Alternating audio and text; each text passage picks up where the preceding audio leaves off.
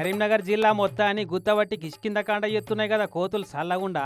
రాను రాను జిల్లాల కోతుల సంఖ్య విరిగిపోయి మనుషుల మీద డామినేషన్ పెంచేస్తున్నాయట. ఇక చూడు కోతుల దండును చూసి అట్లనే స్టాచ్యూ లెక్క నిలబడ్డది ఈ పెద్ద మనిషి.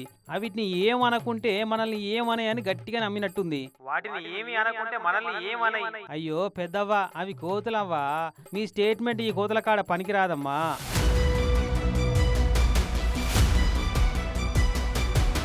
అయిపా ఈమె నమ్మకాన్ని పటాపంచలు చేసి కింద పడేసి పనులు తెరిచి కరుద్దామని అని చూడబట్టే.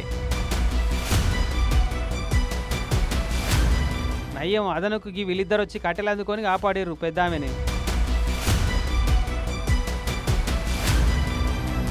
కరీంనగర్ సిటీ మంకమ్మ తోటలో జరిగింది ఇట్లా. వీళ్ళు రాకుంటే కథ వేరే ఉంటుండే కావచ్చు. ఇక మంకమ్మ తోట కాడ పెద్ద మనిషి మీద కోతులు చేసిన రౌడీయిజం అట్లుంటే, ఇక సైదాపురం మండల కేంద్రంలో ఉన్న వెంకేపల్లి కాడ చూడు 2 గ్రూపుల కోతుల నడుమ గ్యాంగ్ వార్ ఎట్లా జరిగిందో.